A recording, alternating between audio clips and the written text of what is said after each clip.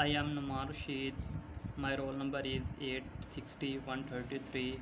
My topic of presentation is Introduction to UV Visible Spectroscopy.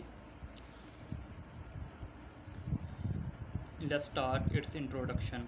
UV visible spectroscopy में wavelength की range 200 nanometer से लेकर 800 nanometer तक होती है. Absorption of radiation in the above region causes electronic transition and therefore it is also called electronic spectroscopy. We use UV visible spectroscopy for the elucidation of different types of compound and quantitative determination of analyte. अब ये electronic transition होती किस तरह है, आइए उसके लिए देखते हैं the spectroscopic process. The sample is irradiated with the broad spectrum of the UV visible radiation. इस सोर्स की मदद से हम यूवी विजिबल रेडिएशन इस सैम्पल पे फॉल करवाते हैं. इस सैम्पल में मौजूद एटम्स या मॉलिक्यूल्स के इलेक्ट्रॉन्स इन रेडिएशंस का कुछ पार्ट एब्जॉर्ब कर लेते हैं, जिसके नतीजे में इलेक्ट्रॉनिक ट्रांजिशन वकूफ़ पज़ीर होती है. हम देख सकते हैं कि पहले पाई मॉलिक्यूलर ऑर्बिटल में 2 इलेक्ट्रॉन्स थे, जबकि इलेक्ट्रॉनिक ट्रांजिशन के बाद एक electron pi star anti bonding molecular orbital में चला गया है. रेडिएशंस का कुछ पार्ट इलेक्ट्रॉनिक ट्रांजिशन के लिए इस्तेमाल हुआ था, जिसकी वजह से हमें इधर स्पेक्ट्रम में गैप नज़र आ रहा है. And this spectrum is called absorption spectrum. Absorbed electronic transition from the molecular orbital diagram. This is called molecular orbital diagram. Sigma and pi are bonding molecular orbital. N is called non-bonding molecular orbital. Sigma star and pi star are called anti-bonding molecular orbitals. There are several possible electronic transitions that can occur, each of a different relative energy. अगर transition sigma two sigma star हो तो इसका मतलब है जो हमारा sample है वो सैचुरेटेड है. फॉर एग्ज़ाम्पल अल्केन्स, अगर हमारा सैम्पल 150 नैनोमीटर वेवलेंथ की रेडिएशन को एब्जॉर्ब करता है तो हम कह सकते हैं कि हमारे सैम्पल में सैचुरेटेड कंपाउंड है.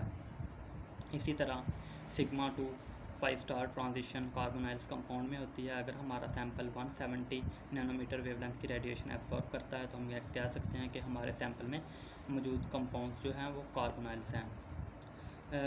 पाई to pi star transition unsaturated compounds में होती है.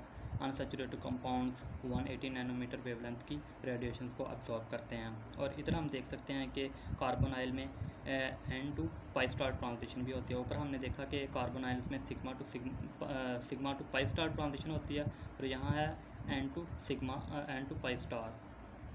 हमें पता है कि कार्बोनाइल की ऑक्सीजन पे 2 लोन पेयर हैं. Lone pair non bonding molecular orbital को शो करते हैं, तो इसलिए एन से पाई स्टार ट्रांजिशन भी हो सकती है और सिग्मा से पाई स्टार ट्रांजिशन भी हो सकती है. Not all transitions that are possible are observed. There are some selection rules जो कि क्वांटम मैकेनिकल अप्रोच की मदद से अखज़ किए गए हैं. For example an electron can not change it's spin quantum number during a transition which is called forbidden. Band structure IR and NMR spectroscopy में हमें रिजॉल्वेबल पीक्स मिलती हैं, जबकि UV विजिबल स्पेक्ट्रोस्कोपी में हमें बैंड लाइक स्ट्रक्चर मिलता है.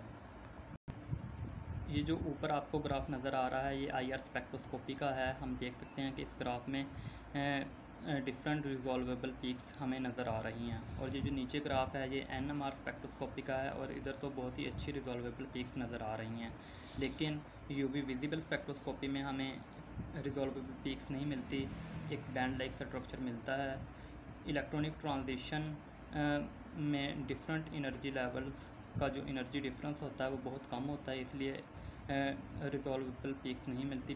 Peaks एक दूसरे के ऊपर ओवरलैप कर जाती हैं और हमें बैंड लाइक स्ट्रक्चर मिलता है. अब लैम्बर्ट बियर्स लॉ देखते हैं. The Beer Lambert's law states that absorption is directly proportional to concentration. यानी किसी सैम्पल में जितनी कंसंट्रेशन ज़्यादा होगी एब्जॉर्प्शन भी उतनी ज़्यादा होगी. Absorption is also directly proportional to path length. Here A is called absorptivity, B is path length, C is concentration, and K is another constant. It was all about introduction to UV visible spectroscopy.